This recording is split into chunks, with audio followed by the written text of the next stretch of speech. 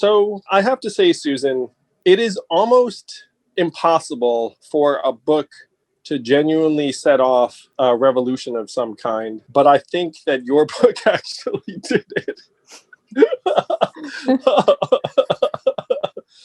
And I laugh, but you struck such a chord, and then there were so many people that were kind of suffering in silence Hmm. before your book came along.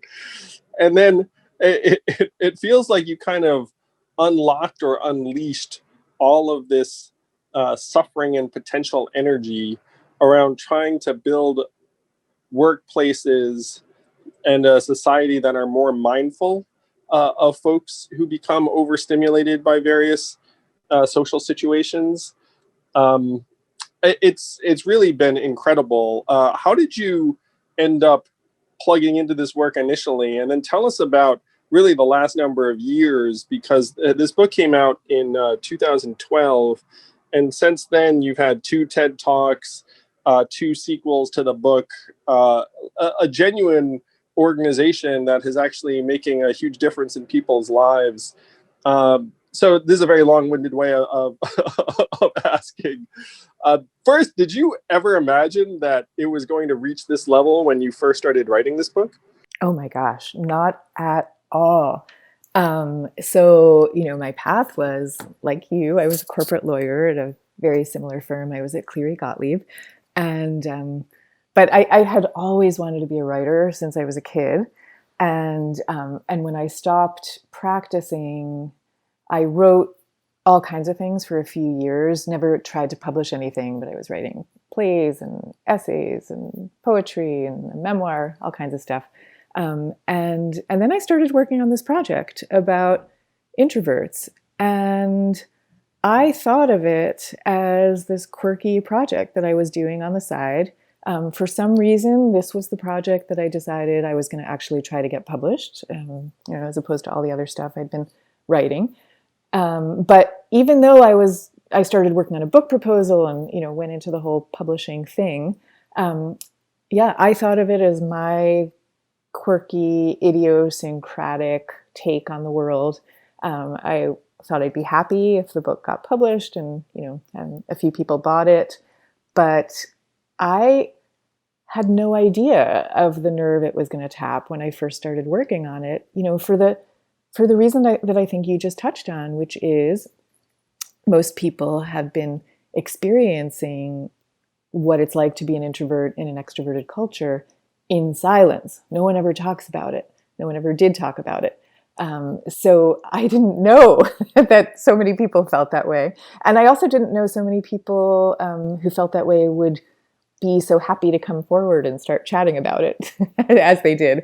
But I got my first inkling when my agent and I first pitched the book proposal to the publishing houses, and it set off this crazy auction, and I started meeting with all the different houses, and having all these meetings, and one by one, everybody started identifying themselves as introverts.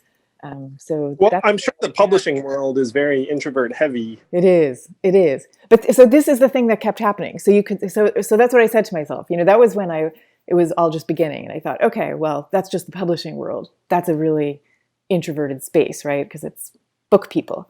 But then some years later, after I'd written it, the book came out, and the first thing I did practically was give a TED talk about it. And TED is this environment of all these sort of mover shaker type people. Lots of CEOs and people kind of striding across the world in one way or another. But in that environment too, I happened to be one of the first speakers, and I came off the stage and was immediately surrounded by all these people who were telling me that they too were secret introverts, and they had never talked about it before, or they had never even realized it themselves. But that's really who they were. And this is what started to happen no matter what environment I found myself in. Like half the people were talking about how intensely this described their story. Something like a quarter to a half of all people are introverts. Is that correct? Yeah, that's right. There's different studies. And so one study found that it was about a third of Americans, and another study, 50%. So, I think we're safe to estimate that it's 1 out of every 2 or 3 people that so that's a lot of people in your family, in your workplace, in your campaign, anywhere you go. So you pitch your book. There's a frenzy around it. You're like, huh, that's different. Yeah, that's a good way of putting it. With a kind of bemusement. You do a TED talk and you realize that a lot of the techies were introverted nerds too, which does not shock me. Right. Right. Chris Anderson knew from the beginning. He had a sense that the audience would resonate. So then the book takes off. And then what is that time like? Yeah. So then after that, it just became a kind of nonstop whirlwind from one world to another. Okay, so first of all, it was like hundreds or thousands of letters and conversations and so on with just one human after another, talking about how this concept was giving them a sense of permission finally to be who they actually are. And that word permission is the word that people use over and over again. I don't think we realize the degree to which it just becomes habit for introverts to not feel permission to do what they want to do. And it's as simple as like, okay, how are you going to spend your free Saturday afternoon? You might really want to just be hanging out by yourself. And there's just this feeling that gets bred into us from a very early age that there's something wrong with that choice.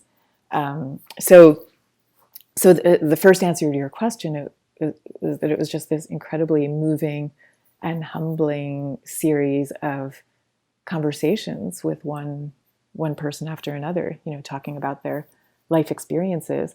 And then the other aspect of it has been watching the ways in which these ideas can really improve institutions, whether you're talking about schools or sports teams or companies. And I've been so gratified to see how open and willing people are to embrace these kinds of ideas, because the message is kind of like, well, as an institution, this if I'm speaking to a school or if I'm speaking to a company, the message is, well, as an institution, you haven't been getting it right thus far. And you can imagine that being a message that people would resist. But that hasn't happened. I've found instead that people are really receptive and, they get it. We're talking about half of our population. Why would we not want to get it right? Why would we not want to make a few tweaks that would harness the energies and the talents of half our population? Why would we not do that? I've seen this adopted now in every kind of institution that you can imagine. And it's just incredibly exciting. Let's say that someone listening to this right now is a manager and is thinking, oh, you mean like maybe there's something I can do that will actually help some of my people feel more comfortable or be in better position to produce? Like, what kind of tweaks are we talking about in a typical organization? How do they do things customarily, and then how might they tweak it? Well, there's really a lot. The number one thing would be getting this to just be a subject that people talk about readily and comfortably, and where you can kind of just joke around with each other about what everyone's temperament is. I'm just thinking of a conversation that I had with the professor, Bob Sutton, business school professor, and he was talking about how so many academics are introverts, and that there's a way in which many academic institutions make it comfortable for their professors to be that way. And I asked him, well, what do they do to make it comfortable? And he said, it's a kind of intangible thing. It's just a kind of joking around of like, yeah, of course, you're going to want, you just taught a class. Of course, you're going to want to go off and take a break now. It's an affectionate, comfortable, easy joking around about these differences. So the first thing I'm talking about is just a sort of shift of consciousness. But in terms of specifics, There's a lot. One thing would be to become more mindful of how many meetings you are having and how many of them are actually necessary. And then when you do need to meet as a staff, as a team, how are those meetings conducted, and how much exhausting self-presentation is involved as opposed to just the pure exchange of ideas or the pure enjoyment of each other's company. So, now, of course, we're in the age of Zoom.